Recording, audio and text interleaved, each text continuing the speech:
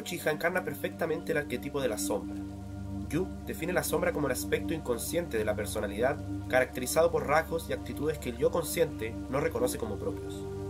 La sombra presenta todo aquello oscuro, reprimido y negado en uno mismo.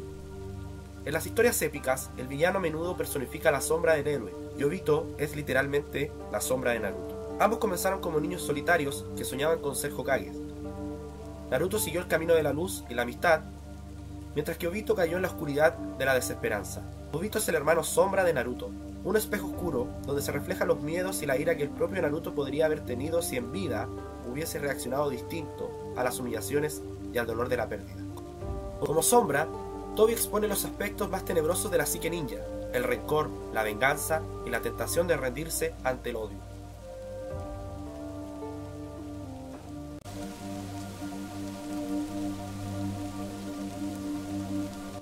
A Obito no le importaba ser una marioneta, ya que lo que más deseaba profundamente era la eliminación del dolor en el mundo ninja. Naruto, en cambio, debe enfrentar a esa sombra personificada en Obito para integrarla, pues el encuentro con uno mismo es el encuentro con la propia sombra. El punto de quiebre en la vida de Obito llega con un trauma brutal. Presenciar la muerte de Rin, su amiga querida y posible primer amor. Este evento catastrófico actúa como lo que Jacques Lacan llamaría una irrupción de lo real. Aquello imposible de asimilar o simbolizar ligado a la muerte y el horror. La escena de Rin muriendo no puede ser procesada por la mente de Obito. Es un dolor inefable que destroza su visión de la realidad. Freud describió que tras un trauma así puede activarse la pulsión de muerte, esa tendencia profunda de regresar al estado inerte disolviendo todo lazo con la vida.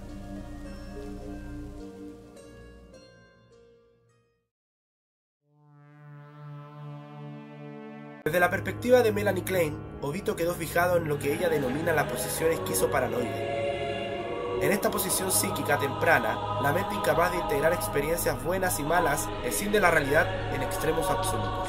Todo se divide en objetos, o completamente buenos o completamente malos. Antes del trauma, Obito veía la vida de forma más equilibrada. Había dolor en la guerra, sí, pero también esperanza en sus sueños y sus amigos. Pero tras la muerte de Rin, su psiquismo fracturado hizo una decisión radical. El mundo externo entero se volvió un objeto malo, cruel, infernal, mientras que la única cosa buena, Rin, estaba perdida para siempre. Obito no pudo integrar que la realidad tuviera aún algo positivo. En términos kleinianos, no logró pasar a la posición depresiva, donde se reconoce que lo amado y lo odiado pueden coexistir en el mismo objeto. Por eso, idealiza la idea de un mundo perfecto ilusorio donde Rin esté viva, y demoniza al mundo real como enteramente maligno. Esta visión escindida alimenta su convicción fanática de que la única salida es borrar la realidad actual. Es decir, Obito se estancó en el duelo patológico. En vez de elaborar la pérdida, se hundió en la negación y la omnipotente fantasía infantil de borrar el dolor creando un paraíso alterno.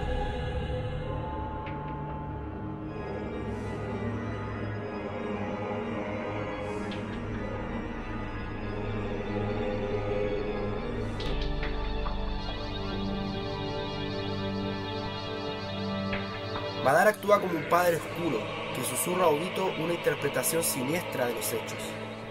El amor solo trae dolor, el mundo no merece existir. Vulnerable en su trauma, Obito internaliza las palabras de Madara exactamente en el momento en que su psique se quiebra y comienza a tener sentido para él. Así, la tragedia personal de Obito fue explotada para hacerle renunciar al mundo real. Trauma sin elaborar, combinado con la manipulación de Madara, lo empujó a concluir.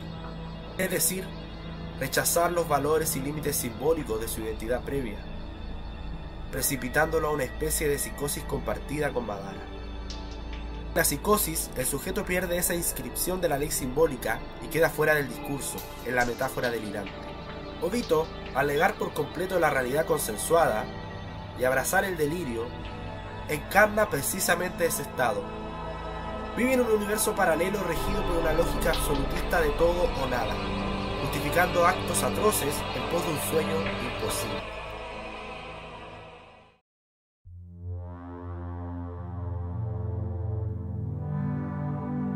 Abandonó completamente su identidad para asumir otra totalmente nueva. Dejó de ser Obito Uchiha se autoproclamó Madara Uchiha y luego adoptó el alias de Tobi, escondiéndose tras una máscara anaranjada.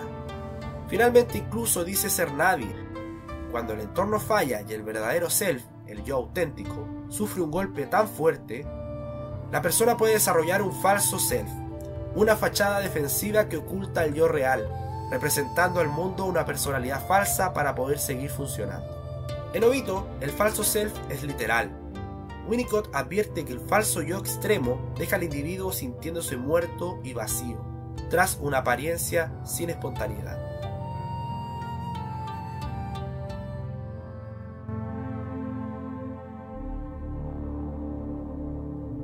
Al perder todos sus referentes, Obito queda fuera del circuito normal de la realidad simbólica, refugiándose en el imaginario. Lacan define lo imaginario como la dimensión de las imágenes e ilusiones, la dimensión del engaño, similar a vivir atrapado en un espejo o en una hipnosis. ¿Es eso exactamente el plan de Obito? Crear una imagen falsa del mundo, un genjutsu global, y perderse en ella. Su propia identidad se vuelve imaginaria, una construcción ficticia para engañar a los demás y a sí mismo acerca de quién es y de lo que siente. En términos clínicos, se asemeja a un quiebre disociativo. Obito escinde su psique, reprimiendo al Obito herido en la sombra de su inconsciente, mientras una personalidad, Tobi Madara, ejecuta acciones terribles sin empatía aparente. Los sentimientos insoportables, al no poder ser contenidos ni elaborados, se evacúan hacia el exterior en forma de actos o descargas. Bion decía que algunos pacientes, inundados de angustia, no tienen posibilidad de pensarse. Es un cúmulo de sensaciones y emociones indiferenciadas que se evacúan. Y en este estado no pueden escuchar interpretaciones, no existe dentro de su mente algo que pueda contenerlas.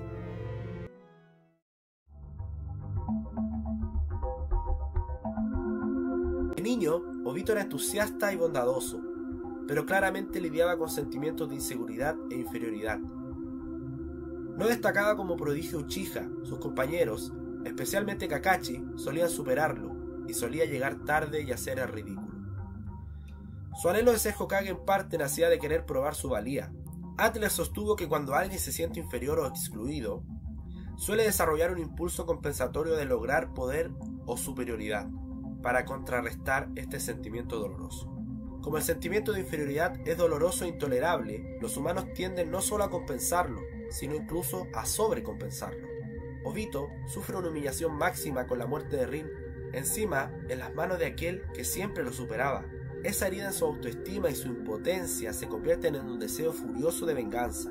Su complejo de inferioridad se infló en un afán de poder desmesurado, manifestación patológica de la inseguridad, la expresión de un individuo que en el fondo se siente inferior, excluido, minusválido.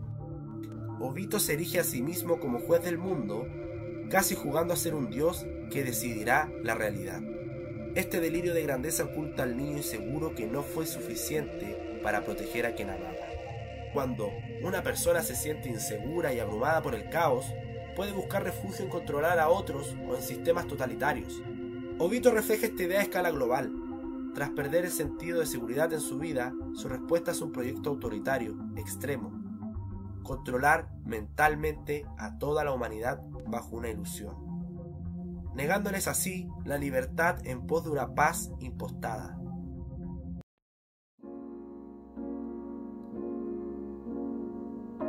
Adler recalcaba que una vida sana implica necesariamente sentirnos parte de una comunidad, con empatía y contribución social. Obito perdió por completo esa conexión. Tras Rin, él ya no se siente parte de nada, su interés social se anula, se convierte en un enfermo social, en términos adlerianos, alguien cuyos objetivos personales, como el Tsukuyomi infinito o el afán de poder, pisan absolutamente el bienestar ajeno. Es notable que Naruto combate esa ideología justamente reavivando en Obito el sentimiento de pertenencia, le recuerda el compañerismo del equipo, la fe de Rin en él, etc. En su batalla dialéctica, Naruto trata de romper la coraza narcisista de Obito para devolverle una perspectiva comunitaria. Esta lucha ideológica y emocional representa, en definitiva, el intento de rescatar a Obito de la tiranía de su sombra y su complejo, para reintegrarlo al orden de la aldea, la gran familia simbólica de la serie.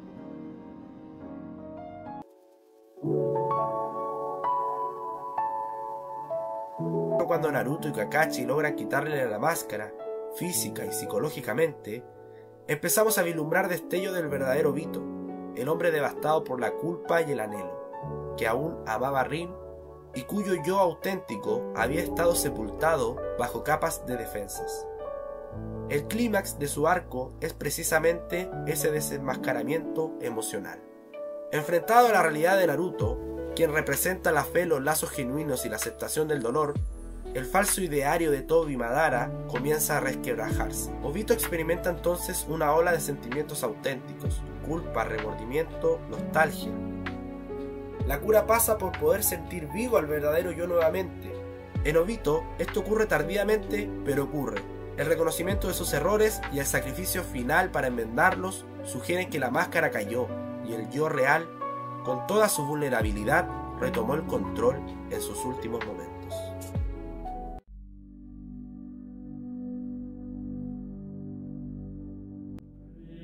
Necesitábamos hacer el duelo y aceptar la pérdida para seguir viviendo. Obito nos muestra el resultado de no hacerlo, de quedar atrapado en la melancolía y la destructividad, incapaz de amar de nuevo. La historia de Obito resuena porque toca miedos universales: perder a un ser querido, sentir que el mundo es cruel e injusto. Pero también nos muestra que la salida no está en negar la realidad, sino en aceptarla, y en encontrar un sentido más allá del dolor. En última instancia, la figura de Obito Uchiha nos recuerda la importancia de integrar la sombra, en lugar de ser poseídos por ella. Hasta que lo inconsciente no se haga consciente, seguirá dirigiendo tu vida y tú le llamarás destino. Obito llamó destino a su tragedia y dejó que lo inconsciente dominara su camino. Naruto, en cambio, iluminó esa sombra con empatía y logró un destino diferente. La historia de Tobi es una tragedia psíquica con moraleja. Todos llevamos una máscara en sociedad y todos cargamos heridas ocultas. Pero si permitimos que el dolor negado dicte nuestras acciones, podemos convertirnos en nuestro propio enemigo. Obito Uchiha personifica la oscura seducción de la venganza y la fantasía omnipotente, pero también la posibilidad de redención al confrontar la realidad.